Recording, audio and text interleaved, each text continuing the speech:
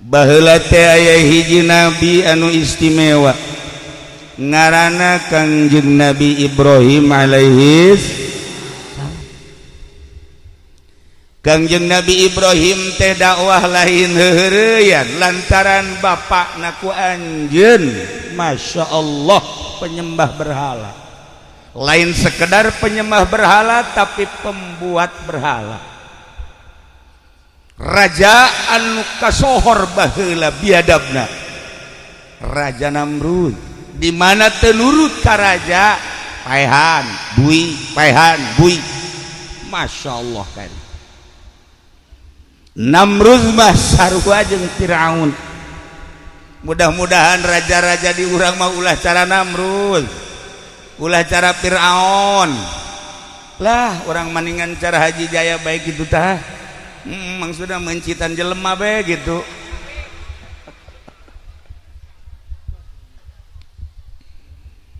Kangjeng Nabi Ibrahim teh singkat nama dakwah, sanggeus dakwah eleh dakwahna Raja Namrud teh secara lisan, tetapi ngaran-ngaran raja atuh di jalan buluh Ibrahim paehan. Cek para penggawana Maharaja maehanana kumaha beuleum Ibrahim. Masya Allah, instruksi Tuan Raja Namrud dilaksanakan, ngagedurkeun seuneu nu luar biasa, nu mawaan kayuna himar.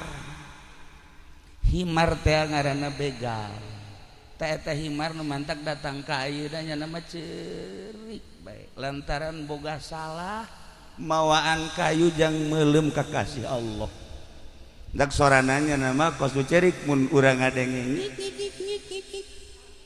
ye ge ye Amir mun hees okos himarnya na aya meureun sarupa umahnya ya 12 lah himar terek jaritakeun lawan ieu barek jaritakeun kasimpulanna nama Kangjeng Nabi Ibrahim teh dibeuleum. Masya Allah karim lantaran seuneu ngagedurna nu pohara ke nyaritakeun bebeuleuman di beuleumeuna Kangjeng Nabi Ibrahim mah insyaallah ke dina tafsir di waktu-waktu lain. Ieu marek nyaritakeun kurbanna dijepret lantaran panas mun dideukeutkeun make jepretan dibandring. Cek urang Bandung mah ketepel, cek urang Cilongok mah jepretan. Ya pada bae jon kimrine gewe ya pada jepretan lah, dijepretkeun set blek kada seuleuh sakitu ngagedurna dikhitab ku Gusti Allah, ya narukuni barda wa salaman ala Ibrahim. Hei sana awas ya cek Gusti Allah, sia makhluk aing Ibrahim makhluk aing, lamun ngerasakeun panas makhluk aing nu ngaran Ibrahim dicoret ngaran sia tina ngaran seuneu. Masya Allah, jadi naon atuh cak seuneu aing ieu kuli barda tiis maneh wassalaman, awas jadikeun kasalamatan. Eta Kangjeng Nabi Ibrahim begitu datang ka sana, Masya Allah tiis dan luar biasa. Bahkan Kangjeng Nabi Ibrahim teh nyekelan sana tiis awat cenah. Masya Allah, langsung Kangjeng Nabi Ibrahim ku tiis-tiisna alhabatan di AC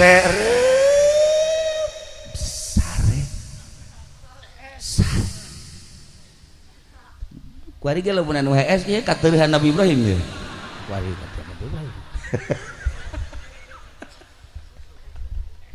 Masya Allah kari di samping HS sare tatangkalan jararadi nungaran anggur, nungaran apel, nungaran jeruk, berbagai-bagai bubuahan. Masya Allah, Kangjeng Nabi Ibrahim hudang kaget ieu baja apel ieu baja jeruk tuh. Kangjeng Nabi Ibrahim dibalangkeun ka seuneu bubuahan loba di Imah Haji Pendi mah urut loba di hes di barang hes kamu tatarina atuh bae geus. Nah ieu ge khawarikul adat teh termasuk min jumlah tiblah kencai mah ya. Kanjeng Nabi Ibrahim istimewa masyaallah. Dan bantah kuari sok diwirid ku urang Cisoka. Kaki Wahab da menta coba ge. Ki Ato, Ki Nurjaya pernah ku kula dibere wirid ji. Wirid ku Ki Nurjaya. Langsung nyekal seuneu tutung. Tutung.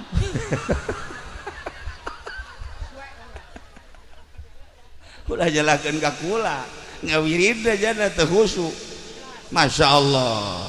Haji Pendi dibere deui ku kula. Beuh. Kuari ge buukna putih keneh. Eta teh urut ka beuleum. Tadina beureum bari putih.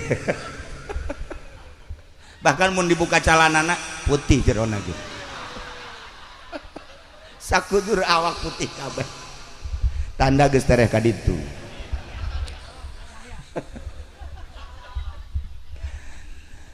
Nah, guys, kesimpulan nama Kanjeng Nabi Ibrahim salamet. Kanjeng Nabi Ibrahim dibelem di mana cenah kieu tempatna? Turki. Besi ibu-ibu bapak-bapak hayang ningali tempat pembakaran Kanjeng Nabi Ibrahim, yuk jeung kula ka Turki deui ka ditu. Kuari nyencelengan sapoena 100 perak. Kadituna 50 juta. Sabar tahun enta sih. Kaburu parae. Di Turki, Masya Allah karim. Kanjeng Nabi Ibrahim harita langsung berangkat ke Yerusalem. Tidinya Gusti Allah ngainstruksikeun ka Kanjeng Nabi Ibrahim, hai Ibrahim, anjeun berangkat ke Syria, Syam. Kanjeng Nabi Ibrahim berangkat tanpa pamrih jeung istrina Siti Hajar berangkat ke Syria, ke Syam. Tidinya Kanjeng Nabi Ibrahim titah ke gunung. Berangkatlah Kanjeng Nabi Ibrahim munajat diabadikeun dina Al-Qur'anul Karim. Wa qala inni zahibun ila rabbi. Kanjeng Nabi Ibrahim simkuring dipiwarang ku Gusti Allah di Palestina ka Suriah ka Yerusalem. Inni zahibun ila rabbi sayahdin. Piwarang munajat pepentaan nu bakal dituduhkeun ku Gusti Allah, nu bakal dibere ku Gusti Allah, naon nu dipenta ku Kanjeng Nabi Ibrahim. Kanjeng Nabi Ibrahim teu loba pamenta, Rabbi habni minas sholihin. Gusti, di samping abdi nyuhunkeun pangampura ka Gusti, keluarga abdi nyuhunkeun pangampura Gusti, umat abdi nyuhunkeun dihampura, jang kelanjutan agama Gusti, abdi teh nyuhunkeun putra. Lantaran abdi can dipasihan putra Gusti, pasihan abdi putra ngan ulah saanak-anakna. Ai sakadar jang tukang nonton TV maulah Gusti. Jang kadar sakadar WH-an WH beta tuntung nama. Ulah Gusti. Jang sakadar mangun cimplong mah teu hayang abdi teh Gusti. Abdi mah hayang minas sholihin. Abdi mah hayang dipasihan putra anu sholeh. Masya Allah, ibu, bapak, penta ka Gusti Allah. Jang perjuangan agama selanjutnya. Pondok pesantren teh kuari teh makin tenggelam. Dina ayana kiaina teh geus acak-acakan. Kiai mah koridorna, kiai mah sekupna hanya sekedar ulama. Ulama teh ngembangkeun agama. Di mana celek ngaji, di mana celek ngaji lain nyaritakeun nagara. Kuari acak-acakan lantaran kiai ilu campur di agama. Ilu campur di negara, nu nagarana lain bentuk syariat, nagarana negara jurig di Indonesia. Sanu mimilu jadi jurig. Mantep kiai nu mimilu di negara, kiai caksia sama. Aing mah toser doang. Ai polisi mah emang tiba heula jadi jurig nya mah. TNI jadi jurig emang jurig negara aja nama atuh kunaon kiai haju ka babawa masalah nu jadi masalah aja kiai ge sarua jelema boga kahayang agama jadi acak-acak. Iyalah jadi permasalahan di Indonesia, pro dan kontra dibahas. Jawa Timur, Jawa Tengah, Jawa Barat termasuk Banten membahas tentang kelanjutan agama setelah diacak-acak ku para kiai, asup di kementerian, asup di DPR, asup di kebupatihan, asup di gubernuran. Aya eueuh hasilna kiai nu aya di DPR, poin mana nu geus dihasilkeun ku kiai eueuh sama sakali. Jeung henteu maksud dararawah di dinya teh. Kula akrab jeung Kiai Haji Zainuddin MZ almarhum, ketika manehanana ngobrol jeung kula, bukan dunia kiai ternyata DPR. Saya insyaallah kiai masuk di DPR itu niat dakwah, tetapi ternyata sulit dakwah di dewan. Saya tarik mundur, kemudian berangkat dakwah lagi. Nah, nunduk coba-coba kuari jadi DPR, deleukeun Rarang Sadan. Kiai baheula nu asup ka Golkar, wassalamualaikum warahmatullahi wabarakatuh. Kuari anu ngadukung PDI, wassalamun alal mursalin walhamdulillahirabbil alamin. Maksudna agama, ieu mah agama, urusan kelanjutan dirina, pembangunan jeung wawasan atuh leuwih agama. Atuh Kinurjaya bae geus teu bisa nyebutkeun cau. Kinurjaya ieu naon? Au, cau tolol. Au. Ki Subandi baheula teu bisa nyebut cau. Au. Hei, kiai, cau. Au. Nah, barang kukurang geus servis, wari bisa nyana cau horeng. Nah, ieu Ki Subandi ge geus servis we. Cau. Ki Wahab mah wari ge cadel keneh lau nyana mah. Eueuh masalah ngan agama cadel. Urusan negara pasehat, urusan pembangunan istimewa, urusan agama cadel. Iyalah nu jadi masalah di Indonesia. Para jamaah kaum muslimin wal muslimat rahimakumullah. Nah, Kangjeng Nabi Ibrahim mulih ka bumi, masya Allah karim. Telila Kangjeng Nabi Ibrahim dipasihan keturunan tina hasil doa munajat di hiji gunung. Istrina Siti Hajar ngandung, masya Allah, borosote seorang anak lalaki kasep nauh tanding. Ibu lamun nyaritakeun kasep mulai neuleuti dia ya.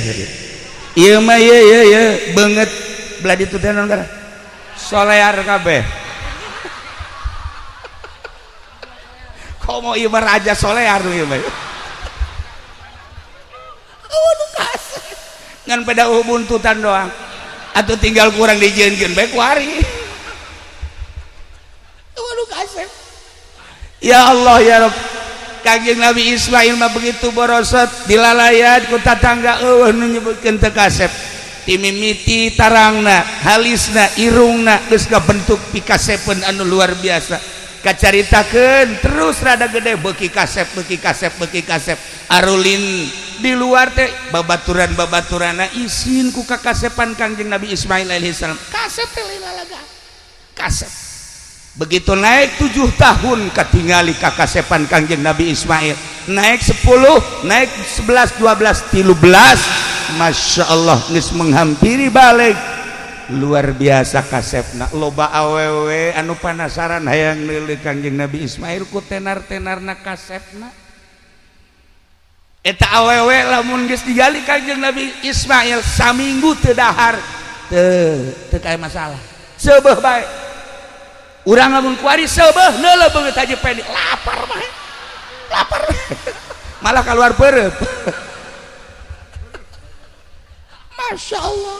Bedana Kangjeng Nabi Ismail nu bantak Allah ngajelaskeun dina Al-Qur'an. Ya Allah ya Rabb, dibungakeun Kangjeng Nabi Ibrahim bi gulamin halim fabasyarnahu bi gulamin halim. Kangjeng Nabi Ibrahim doana diijabah ku Gusti Allah, dibere pangbubunga ya Allah bigulamin halim, dibere anak nu ngaran Ismail. Halim teh kasabaranana leuwih tibatan sabar biasa, disebut aris. Sabar mah loba, tapi mah leuwih tibatan sabar nu biasa. Istimewa. Bunga nu kacida Kangjeng Nabi Ibrahim jeung Siti Hajar, di mana isuk-isuk ningali anak nu sakitu kasepna cerdas dan luar biasa. Eueuh pibendueun indung bapa resep ningali anak. Jeung dina resepna dina salian ti resep teh capetangna, dina salian ti capetang cerdasna, dina salian cerdasna babantu ngabantuan imah tangga teh geus teu kudu dititah. Masya Allah, du jadi bapa jeung indung boga anak Ismail cumpon resepna luar biasa. Masya Allah, lamun urang boga anak kos kitu ngeunah. Nah, barang geus umur 13 tahun Kangjeng Nabi Ibrahim dibere impian ku Gusti Allah. Impianana model, impianana titah mencit anak nu ngaran Ismail. Aisyah sakalana kumaha emang Kangjeng Nabi Ibrahim nu mancat titah mencit anak. Sasakalana Kangjeng Nabi Ibrahim teh ya Allah ya Rabbi buarahanana luar biasa. Di mana-mana bulan haji Kangjeng Nabi Ibrahim teh ieu sedekah embe 1000 embe. Nu ngaran munding 300 munding, onta 100 onta. Lain dina bulan haji bae. Ketika lewat sebulan 2 bulan Kangjeng Nabi Ibrahim sedekahna 1000 embe teu pernah kurang. 300 jamus munding 100 onta. Ya Allah ya Rabb, datang ke masyarakat teh masyarakat kabeh ngarasaan ngadahar daging, kabeh ngarasaan nu resep embe daging embe, nu resep onta daging onta, nu resep munding daging munding, kabeh ngarasaan. Datang ke malaikat, kageteun malaikat. Masya Allah cek malaikat, hamba Allah nu ngaran Ibrahim kubarahan-barahan teuing. Masyarakat kabeh bunga ngadahar daging kabeh. Ai kunaon kiai kuari dibere korban masyarakat teu ngadahar daging. Beak kabeh ku kiai. Lain di dieu di Blaraja. Lain Masya Allah tak kiai teh dekeun ngabagi. Loba nu menta ge teh dibere ieu mah jang kiai. Ya Allah eta urang Blaraja, KTP-na mah urang Cisoka. Aya kamodelan antara Kangjeng Nabi Ibrahim jeung kiai-kiai urang. Malah nu ieu mah ulah ka dipencit engke cenah jang sedekah. Nu ieu mah ulah waka, nu ieu mah ulah waka. Dikirim kabeh bangsa jelema-jelema anu dipekadeudeuh ku nyana masyarakat banu menta. Ya Allah dibere saparapat on. Dibere saparapat on. Aju ku nyana ditusukan, digarang. Ya Allah teu datang ka beuteung jadi ceuhil doang. Lord. Masya Allah. Komo tukang mencit mah kulit dibawa ku nyana. Hulu dibawa kunyana, ceker dibawa kunyana, jeroan dibawa kunyana. Hei, ieu kumaha lalakona? Masya Allah, talancuh nage talancuh dibawa. Ya Allah ya Rob, ya Allah ya Rob, Gusti Allah, eta anak buah Ki Nurjaya, kunaon jadi kos kitu? Orang dititah kunyana. Ya Kangjeng Nabi Ibrahim. Wahara Kangjeng Nabi Ibrahim dalahar kumaneh ta 1000, dalahar ta kumaneh 300, man munding ta dalahar kumaneh onta. Ya Allah ya Rabb, masyarakat mika cinta luar biasa ka Kangjeng Nabi Ibrahim alaihi salam lantaran nyana bebereanana nu pohara. Eueuh hiji tamu nun teh disuguhan ku Kangjeng Nabi Ibrahim, bahkan antara Baghdad Suriah, Palestina Suriah, Mekah Suriah, lantaran Suriah teh pusat perpasaran, pusat pasar, di mana baik nyieun kam-kam, nyieun pos-pos, jang pedagang-pedagang, jang musafir-musafir nu liwat, setiap liwat kadinya kudu disuguhan. Ya Allah ya Rabb, lamun urang model kos kitu tah kaboga urang dikerahkeun pohara maka malaikat selalu memandang Kangjeng Nabi Ibrahim alaihi salam aya sababaraha masyarakat anu naros oge malaikat Jibril diutus ku Gusti Allah titah ngarupa manusia bareng jeung para inohong para tokoh Kangjeng malaikat Jibril menghadap ke Kangjeng Nabi Ibrahim. Assalamualaikum. Waalaikumsalam. Ya Ibrahim, aya anjeun popoharaan ting ieu sedekah. Mani ribuan hewan disedekahkeun henteu nyaah. Cak Kangjeng Nabi Ibrahim, ieu hewan milik Allah lain milik kula. Kula teu ngarasa ngapimilik. Diri kula anu Allah dunia langit jeung bumi katut esina nu Allah diinstruksikeun ku Gusti Allah kita sedekah selama Allah marentah boro-boro hewan andai kata kaula boga anak kula mun diinstruksikeun kita dipencit ku kula mah demi nurutna ka Gusti Allah. Masya Allah kan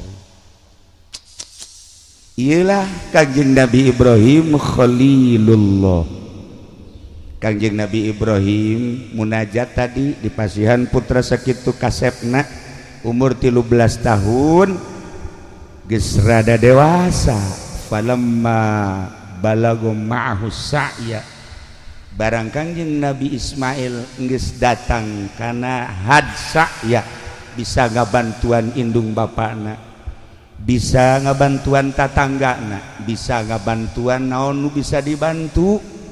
Masya Allah Kangjeng Nabi Ibrahim dibere ngimpi wa qala ya bunayya cek Kangjeng Nabi Ibrahim anaking Ismail kadi aya naon abah inni raaitu fil banam abah tadi peuting ngimpi daon abah anni azbahuka abah ngimpi titah mencit anjeun wahai Ismail fanzur madza taro.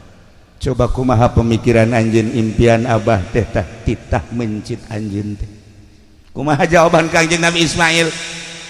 Faqala ya abati fa'al ma tu'mar satajiduni insyaallahu minas sabirin. Cek Kangjeng Nabi Ismail abah naon impian abah berarti instruksi ti Gusti Allah if'al ma tu'mar laksanakeun perintah Gusti Allah. Gusti Allah nitah mencit abdi ya Allah ya Rabb pokona mas satajiduni abah bakal manggihan ka kaula nurut abdi minas sabirin abdi persilahkeun ku abah pencit di mana instruksi Allah.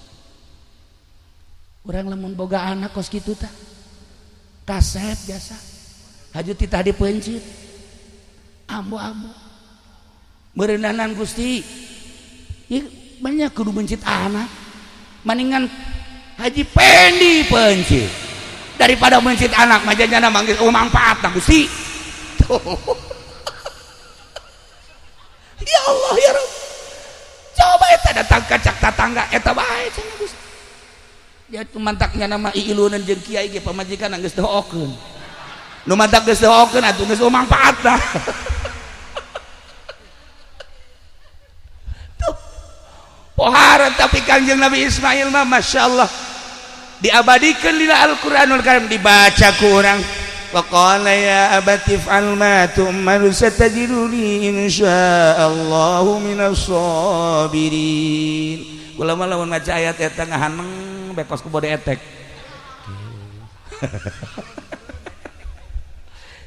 Cek kula teh ieu si budak pohara amat nurutna kanu jadi kolot. Masya Allah. Kangjeng Nabi Ibrahim na sakitu poharana anakna sakitu sabarna hayang amat boga anak seperti kos kitu tah. Urang majol anak Masya Allah geus mamawa kampak ieu bae. Bah, kampak leutik ieu bah. Emang jang naon? Tarang abah ya. Maksudnya naon sia belikan motor bah lamun henteu antara dua kaca jeung tarang abah sial da orang Cisoka bah garoblok.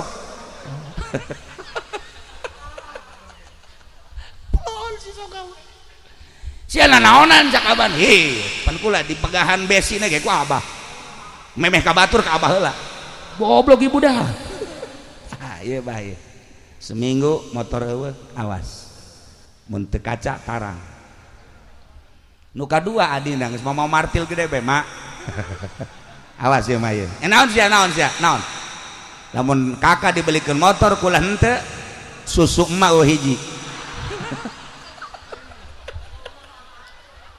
sial boga anak karari amat sia ieu naonan teu bisa naonan pokona mah kieu bae geus pokona mah kakak dibelikeun kula henteu awas masyaallah imah hareudang imah hareudang ngobrol bae bapana jeung pamajikanna anak orang jadi karari bongan sia si pasantrenkeun modern cakaing ge pasantren salap lo kadenge budak santri salap mah mau martil paling jara gaji ya gara-gara pasantren modern kos kieu tah tanu adina mah mangkaning tah teu pasantren modern acan nya nama asan mah sakola tah hasil sakola mah kos kieu pan batur ge itu tuh sakolanya jadi DPR mah leuwih kejam tibatan anak urang mah kampak hayang motor DPR mah tanda tangan deuh jahat sama kos kitu mah deuh itu jadi polisi atuh polisi dengan modal priwit doang jerona mah atuh sarua mah anak urang deres keneh sakieu mah ye nu bener tungtungna nu bener boga anak teh masyaallah nah pasantren ke coba tanya daekeun teh pasantren salap Pak nya nama paling ge nyicingkeun tiluk mau marti paling ge nyicingkeun bae ieu budak balik pasantren kok teu ngomong-ngomong mana coba tanya hayang naon sambar janji ieu balik pasantren teu ngomong-ngomong mah hayang naon umur geus sabaraha mah umur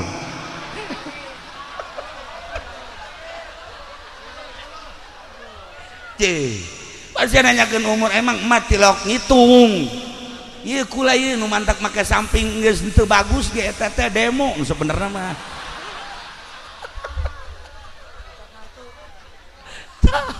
paling ge kos kitu doang ulah leuwih ti 30 mak waduh bibit kolot dia ka ditu mah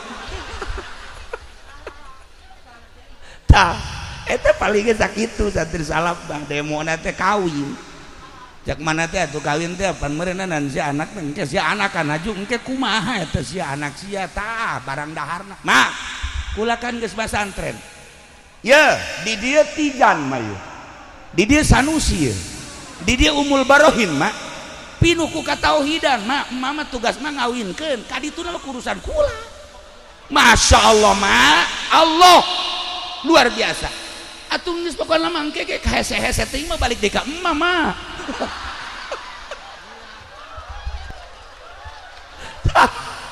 eta santri mah paling ge sakitu tenang mah pokona kula mah geus kawinkeun ka dituna geus tenang serahkeun ka Allah aing ngadenge sia mah gede hate tapi penyerahkeun ka Allah ge kudu syariat mah aya nu syariat aya nu torekat aya nu hakikat kudu geus datang ka hakikat mah beuh budak kudu dikubur ya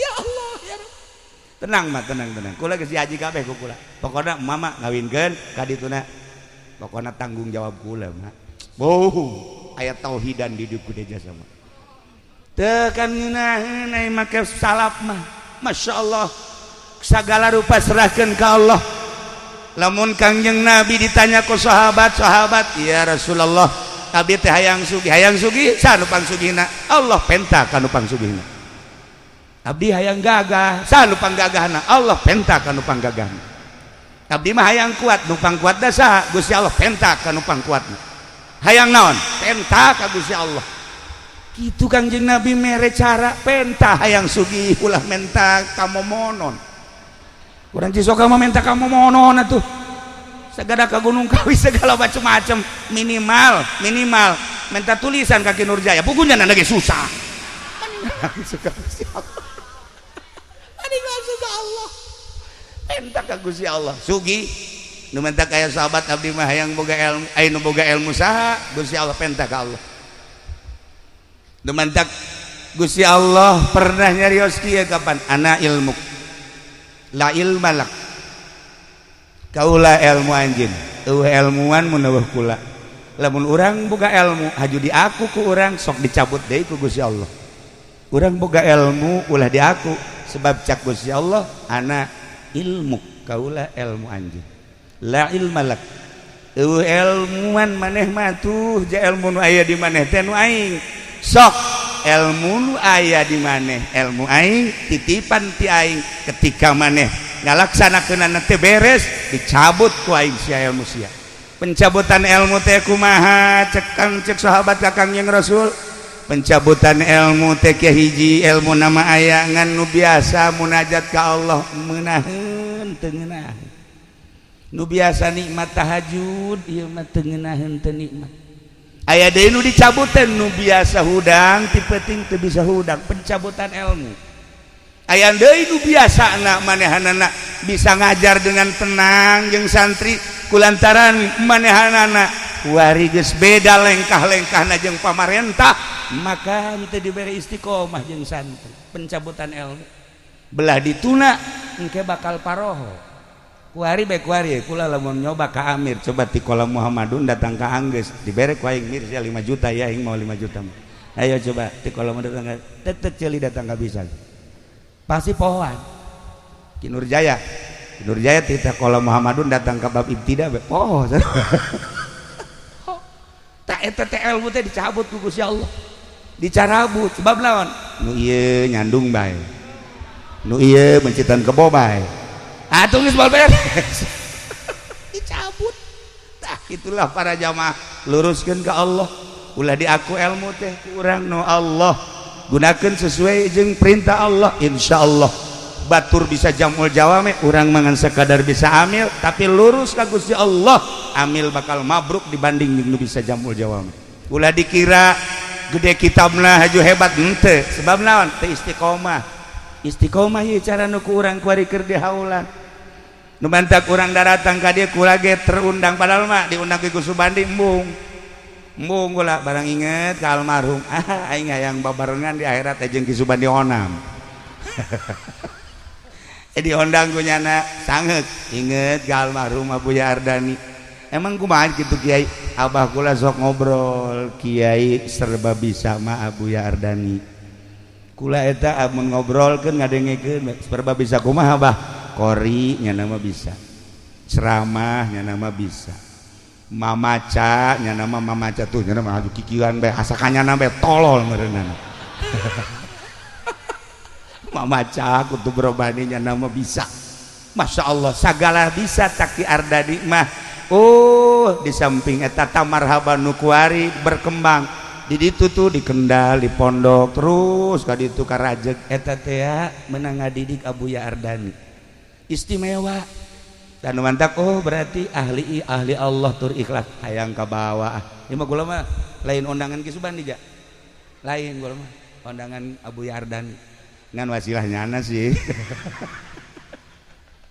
gitulah para jamaah kaum muslimin wal muslimat rahimakumullah balikan deui ialah Kangjeng Nabi Ibrahim Kangjeng Nabi Ismail salam titah dipencit nurut mudah-mudahan orang diberi anak sing narurut cara Kangjeng Nabi Ismail mudah-mudahan orang boga anak cara Kangjeng Nabi Ismail pinterna mudah-mudahan orang boga anak cara Kangjeng Nabi Ismail nurutna mudah-mudahan orang boga anak kos Kangjeng Nabi Ibrahim barahana loyalna jeung sagala rupana amin ya robbal alamin akhirna Kangjeng Nabi Ibrahim bebeja ka Siti Hajar neng kuari isuk-isuk tanggal 8 Zulhijjah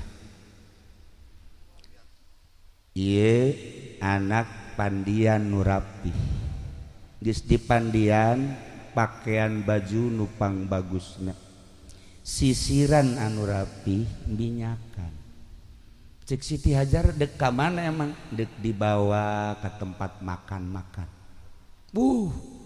insyaallah tuh ku Siti Hajar dipandian geus dipandian di pakaian baju nu rapih bagus disisiran diminyakan serahkan ke Kangjeng Nabi Ibrahim, ditungtun ku Kangjeng Nabi Ibrahim. Kangjeng Nabi Ibrahim nyokot peso belati jeung tambang. Dina hate ibuna pan dek makan si mau belati, pan mawa tambang, tapi teu nanya. Geus indit ditinggalikeun ku Siti Hajar. Datanglah kamina. Begitu datang kamina di dia abah teh diinstruksikan ku Gusti Allah titah mencit anjeun teh wahai Ismail. Cak Kangjeng Nabi Ismail, di mana Allah ngainstruksikan? Siap. Kula dipencit. Masya Allah kan. Ngan abdi wasiat cak Kangjeng Nabi Ismail ka abah. Di mana-mana kula dipencit hiji talian lengan kula nu mantak di talian lengan jeung suku abeh begitu kula meronta ka talian abah teu pati sedih jang abdi moal sedih sebab nu kadeuleu Allah budak 13 tahun pikir ku urang. Nomor kadua abdi wasiat di mana-mana abdi rek dipencit beungeut abdina ilal ardi coba sangharepkeun ka taneuh supaya besi abdi merenyi jeung ceurik abah ulah neuleuh merenyi abdi abah mah abah bae kena tenang. Katilu wasiat di mana rek dipencit abdi leungeun baju abah wayahna jubah abah kudu disingsatkeun maksudna abeh getih abdi ulah aya nu nempel selain ka taneuh besi kurang ganjaran abdi ku sebab ngecret ka leungeun baju abah. Nomor kalimana bejakeun ka ibu abdi ibu Hajar bejakeun kitu anak dipencit teh lain berarti ieu teu deudeuh jeung teu nyaah tapi dititipkeun ka zat nu maha ngahampura maha deudeuh maha nyaah maha sagala-galana urusanana leuwih tibatan indung jeung bapa ngurusan ka abdi bejakeun ka emak. Nomor kagenepna besi aya budak sebaya jeung abdi ulah dideketkeun ka abdi besi ngajerit tur ulah dideketkeun ka ibu abdi besi ibu abdi engke majarkeun abdi. Nomor katujuhna ieu baju abdi buka setelah abdi dipencit sanggakeun ka ibu jang pelipur lar supaya ibu ketika nanyakeun mana Ismail ieu bajuna ai Ismailna ka mana dititipkeun ka zat anu maha ngurus urusanana leuwih tibatan indung jeung bapana. Maksudna kumaha bejakeun dipencit ieu bajuna. Masyaallah kari. Nomor kadalapana besi aya budak-budak saumur abdi salila setahun 2 tahun ulah keuna nyaba ka imah besi engke ibu abdi nyebutkeun Ismail teh segede kitu baheula waktu dipencit teh ulah supaya ngomong kitu. Masya Allah karim. Eta wasiat diabadikeun di sejarah. Eta wasiat teh dibaca ku para aulia Allah. Eta sejarah teh dibaca ku ulama-ulama. Sagede Ismail, Kangjeng Nabi Ismail umur 13 tahun geus bisa wasiat model kos kitu ka indung bapana. Mangga bapak abdi besi rek dipencit mah. Begitu di talian Kangjeng Nabi Ibrahim, Kangjeng Nabi Ismail ku Kangjeng Nabi Ibrahim, jol teh iblis. Cek iblis, wahai Ibrahim, aya eueuh sejarahna ti zaman Adam tepi ka ayeuna bapa mencit anak. Eueuh. Atuh kunaon maneh ieu mencit anak? Ieu mah mencit ya instruksi ti Gusti Allah. Selama instruksi ti Gusti Allah boro-boro anak aina nu kudu dipencit, pencit bae asal instruksi Gusti Allah. Waduh. Cak iblis ieu bae moal bisa cenah teh mah. Moal bisa dirobah ieu mah. Sia, emang aing teu nyaho. Cak Kanjeng Nabi Ibrahim aing memang teu nyaho ka dia. Aing nyaho ka dia. Dia teh lain manusia. Dia tolol bae dia mah. Asalna Kanjeng Nabi Ibrahim karangkaseuh lah harita meureun. Nyokot batu Kanjeng Nabi Ibrahim langsung dicekel. Begitu dicekel dibalangkeun bismillah Allahu akbar jager timpahan Kanjeng Nabi Ibrahim ka iblis kena matana bocos matana besi aya polisi nu bocos matana eta berarti katimpah eta. Allah bocor. Aduh cak iblis teh aing nasib aing kos kieu cak kitu. Lah mal mundur aing mah. Kajian kumaha ge aing datang ka ibuna, manya ibuna kudu ngameunangkeun mencit anak. Datang ibuna keur calik we ke bari nasbeh. Allah Allah Allah Allah Allah. Beuh. Ngeunaheun da lamun nyaba ka hiji awewe-awewena bari nyakelan tasbih tiis hate. Allah Allah Allah. Ya malain. Assalamualaikum. Waalaikumsalam. Ibu ayah di mana? Tuh keur nonton TV. Masya Allah. Malah ayah di Cisoga paling di Panggang. Allah Allah Allah. Nah, cek iblis. Assalamualaikum. Salam. Iya Hajar, mohon. Nyaon teh? Anak Ismail tuh dek dipencit. Wah, banyak bapak mencit anak. Ih, kuari geus digolerkeun. Naon cenah nu mantak dipencit? Nanya teh ka Ibrahim. Nanya. Naon eta nu mantak dipencit? Nyana boga sangka bahwa eta teh instruksi ti Gusti Allah. Coba gerahan ka ditu. Salaki kulama nabi.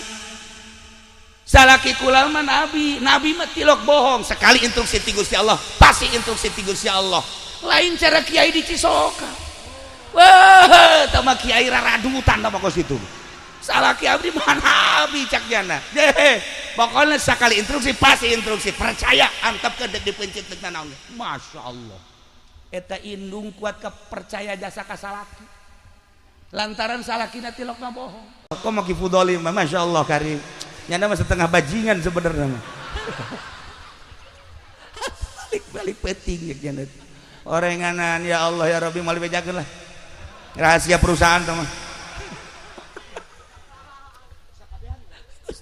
Atuh sia mah bapana bapak rusak. Tuh, tah ieu deuk percaya kumaha pamajikan kanu jadi salaki. Balik di mana-mana teh kok parfumna lain deui Kak. Ieu mah rada tajem kieu. Biasana lain parfum boti mah ieu mah Kak. Lah budak tah. Orenganan. Mal bejakeun deui bae lah. Ieu mah baja, ieu mah Pak Kak. Ieu mah parfum awewe mah kos. Nyaho teh budak nyemprot lain deui cenah teh. Orenganan kanyahoana mah geus 7 tahun ditungtun budak. Aya anak saha deui atuh. Deuk percaya kumaha pamajikan kanu jadi salaki. Tuh. Ya Allah ya Rabb. Masya Allah. Nah geus heseyeun iblis datang deui ka Kangjeng Nabi Ismail maneh teh dipake ka dedeh jeung kanya aku indung bapak di mana-mana ulin teh bapak maneh jeung maman teh seserian ningali tingkah maneh teh kuresep haju maneh deuk dipencit ieu nurut bae selama perintah Allah cek Kangjeng Nabi Ismail kula moal kaluar ti perintah Allah sebab abah kula nabi boga impian langsung ti Gusti Allah kita mencit kula leuwih ti dipencit kula siap nuturkeun lain ka bapak tapi ka Allah subhanahu wa ta'ala bari nyekel batu ditimpah deui ku Kanjeng Nabi Ismail jager bae mata nu hiji deui kena buta beusi kapanggih jeung polisi buta nah iya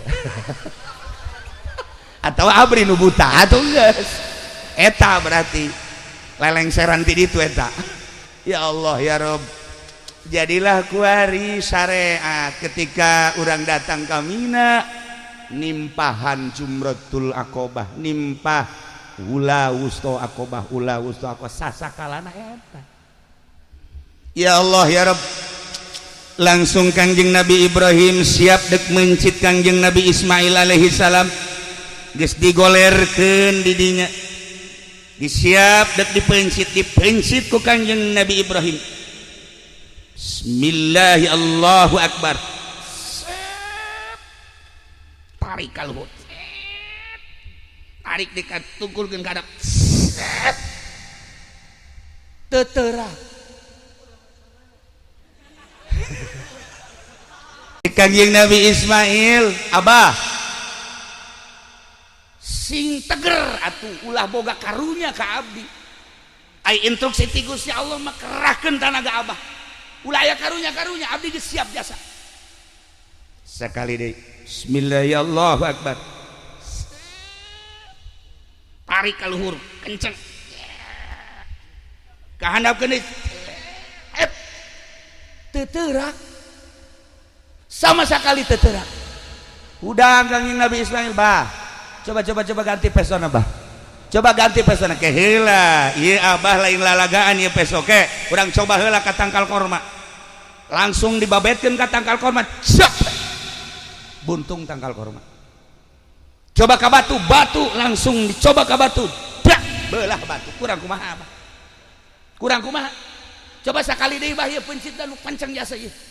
Kula teu kuat jasa geus hayang kapanggih jeung Allah. Masya Allah karim. Tasi keimanan jeung katauhidan model kos kitu budak umur 13 tahun. Budak umur 13 tahun di Cisoka mah kieu ge can lempeng. Can lempeng ieu geus pohara. Tauhid ka Allah mantengna pohara. Ya Allah ya Rabb. Ai kieu ti Nurjaya mah lain deui. Nah, pencit deui sekali deui. Begitu dek dipencit deui falamma begitu kangjeng Nabi Ibrahim geus dek nyiapkeun pepencitan anu katilu kali Allah ngainstruksikeun Jibril cokot embe nu panggedena anu aya di sorga nu baheula embe Habil bawa panggul ku anjeun gantian Ismail. Masya Allah kangjeng Nabi malaikat Jibril alaihi salam nyokot embe langsung dipanggul ku malaikat Jibril dibawa ka dinya wa fadainahu bizibhin azim digantian wahai Ibrahim wa nadainahu ayya Ibrahim qad saddaqta ru'ya cek Allah anjeun geus ngabenerkeun kana impian anjeun teh diangkat jadi khalili kekasih kaula. Tetapi kuari geus aya gantina tah embe ti sorga. Langsung kangjeng Nabi Ismail na dikagigirkeun digantian ku embe cek kangjeng cek malaikat Jibril Allahu akbar Allahu akbar Allahu akbar cek kangjeng Nabi Ibrahim la ilaha illallah wallahu akbar cek kangjeng Nabi Ismail Allahu akbar walillahil hamdu. Urang-urang nyaho beta orenganan maca beta kiato teu nyaho rongengna tak kuari we nyaho orenganan Allahu akbar nu pertama ucapan malaikat Jibril alaihi salam Allahu akbar Allahu akbar Allahu akbar dijawab ku kangjeng Nabi Ibrahim alaihi salam la ilaha illallah wallahu akbar cek kangjeng Nabi Ismail Allahu akbar walillahil hamd pencit kiresel wa fadainahu bidzibhin azim inna kadzalika najzil muhsinin. Ibrahim di alam ku Gusti Allah moal aya salila dunya aya nu nandingan ka anjeun wahai Ibrahim kepasrahan anjeun ka kaula kabageran anjeun terhadap umat kadeudeung anjeun terhadap umat kabarahan anjeun terhadap umat maka bakal diabadikeun terus setiap manusia datang ka kiamat bakal nyebut-nyebut anjeun. Urang maca kama shallaita ala sayidina Ibrahim wa ala ali sayidina Ibrahim barik ala sayidina Muhammad wa ala ali sayidina Muhammad kama barakta ala sayidina Ibrahim wa ala ali sayidina Ibrahim fil alamin innaka Hamidum Majid. Allahumma shalli ala sayyidina Muhammad wa ala ali sayyidina Muhammad kama shallaita na disebut sholawat Ibrahimiyah mun dibaca ba'da sholat 7 kali tapi ba'da subuh mah 40 kali insyaallah bakal dijadikeun jelema anu murah hate tur bakal dijadikeun jelema nu sugih bari daek sedekah. Tah kan loba jelema nu sugih tapi hese ka sedekah. Beuh, eta mah merepet dur-dur pet. Atuh pada teh koret aya 3 bagian, aya koret merepet dur-dur pet. Aya koret doang, aya koret merepet dur-dur pet. Aya koret doang mah, koret doang kata tangga, koret tapi kanyana mah jeung pamajikan bager biasa. Koret mah. Aya koret merepet mah tatangga teu dibere, anak teu dibere, nyana mah jang nyana aya, eta ngaranna koret merepet. Aya koret merepet dur-dur pet mah tatangga teu dibere, anak pemajikan teu dibere, nyana ge hayang jajat menta. Contona sieu. Eta kan merepet dur-dur pet boro-boro jang batur jang nyana ge hese jasa. dia eta mah boga lauk tembang ge diteudeun di handapan anggel kanyawan ceulina ku cucurut. Ya Allah ya Rabb. Lailah para jamaah kaum muslimin wal muslimat rahimakumullah, terjadilah seperti eta Kangjeng Nabi Ibrahim jeung Kangjeng Nabi Ismail tah tanggal 8 pepencitan mimpi nu pertama naon kitu ngaranna mimpi nu pertama tanggal 8 Kangjeng Nabi Ibrahim encan engah ditebuslah ku onta 100 malam 9 mimpi deui ditebus deui ku embe jeung onta 100 malam ke-10 mimpi deui terjadilah pemencitan anak nu ngaran Ismail datang ka ayeuna terus diabadikeun udhiyah teh mencit kadanan cara Kangjeng Nabi Ibrahim mah 1000 embe 300 munding 100 onta atuh hiji-hiji Haji Pendi ieu mah kamari kabeja ribut jeung tatangga ribut aya naon bahkan belati geus dikieu-kieu gorenganan ngabagina teu akur buntut ka imah ceker imah hate imah hulu imah cek tetangga aing naon goblok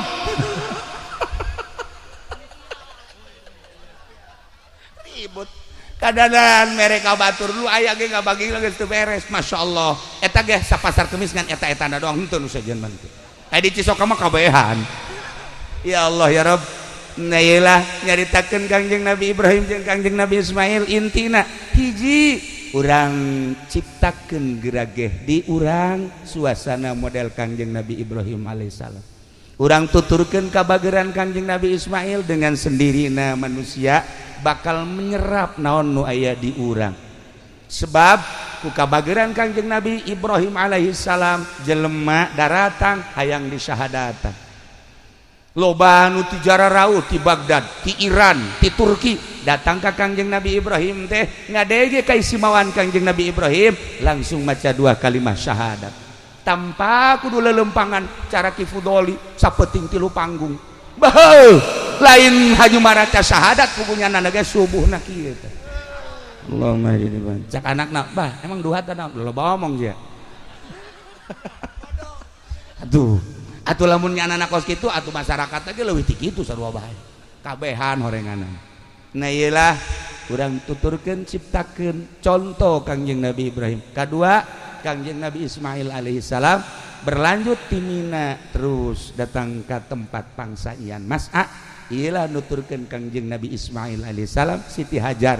Para jamaah kaum muslimin wal muslimat rahimakumullah kiai-kiai urang nu laluhung Ki Rasyamna di dieu di ditu abuyana Bu Kiai Abdul Halimna di dia Abuya Ardanina ieu teh jadikeun contoh ku urang kabehan lain sekadar ilmu dibaca nah hungkul tapi ieu ke masyarakatanana meureun nu mantak masyarakat teh ngimplet teh bisa daek belajar marhaba bisa daek baca sholawat di dirina meureun aya marhabaan hartina aya marhabaan teh cinta ka Kangjeng Nabi artina aya sholawatan teh cinta ka Kangjeng Nabi Muhammad sallallahu alaihi wasallam yuk urang babarengan cintakeun ka Allah cintakeun ka Kangjeng Rasulullah belah dieuna cintakeun ka para wali-wali Allah belah dieuna pisan cintakeunlah ka para ulama warasatul anbiya tidak terkecuali jakabehan ge urang teh butuh syafaatil uzma ayeuna beda-beda urang teh pakaian keur kieu make jubah keur kitu make samping kieu make jas kieu make pakaian polisi ketika urang Allahu Akbar mah hate urang sarua ka Allah polisi hanya jadi pengamanan hungkul untuk dalam negeri berikut hukum TNI untuk pengamanan dalam berikut luar negeri eta teh jangamankeun negara urang bertugas supaya manusia aman diamankeun ku manehanana bisa ibadah tentrem ka Gusti Allah bisa ngaji tentrem ka Gusti Allah bisa ngembangkeun agama lillahi taala jadi alhasil eueuh salahna polisi jadi polisi ka Allah abri jadi abrina ka Allah presiden jadi presidenna ka Allah menteri berikut gubernur bupati kabehna perangkat ka Allah urang masyarakat mah tuh komo kegiatan naon sarua pada ka Allah ai ka Allah nuturkeunana Kangjeng Nabi nuturkeunana para ulama para aulia Allah tuturkeunlah eta ulah mengkal ulah empungkal pengkol nu mantak nu paling hebat dina Al-Qur'an kan dijelaskeun innallazina qalu rabbunallah tsumma istaqamu masyaallah jelema nu ngomong Rabbunallah tsumma istaqom istiqomah. Istiqomah teh dina syariat, nu bersyariat dina syariat, nu berthariqah dina thariqah, nu berhakikat istiqomah dina hakikat. Insyaallah eta teh bakalna fala khaufun alaihim wala hum yahzanun. Moal aya khauf jeung moal aya hazan. Boro-boro di akhirat, boro-boro di kuburan, di dunia keneh ge ahli Allah ma fala khaufun alaihim wala hum yahzanun. Ahli syariat lamun urang ngomong Rabbunallah tsumma istaqamu istiqomah dina syariat, insyaallah maut di jero kubur moal aya khauf jeung moal aya hazan, moal aya sieun ibu bapak maut. Begitu maut bakal aya pertanyaan malaikat lantaran di dunia. Nah di dunia geus disebut Allah tsumma istaqam istiqomah dina syariat. Artina istiqomah dina syariat teh kumaha? Lamun haram singnya haram kenana ka hate urang, oh ieu mah haram. Lamun makruh cek hate ieu mah makruh. Ieu mah wajib cek hate ieu mah wajib urang laksanakeun. Ieu mah sunah ieu urang laksanakeun. Ieu mah mubah, oh ieu mah mangga rek kumaha oge. Geus nu haram haramkeun jauhan, nu halal halalkeun silahkeun, nu wajib laksanakeun istiqomah. Ulah nu haram di halal halal, nu halal di haram haram. Iyalah nu bakal cilaka sebab teu istiqomah.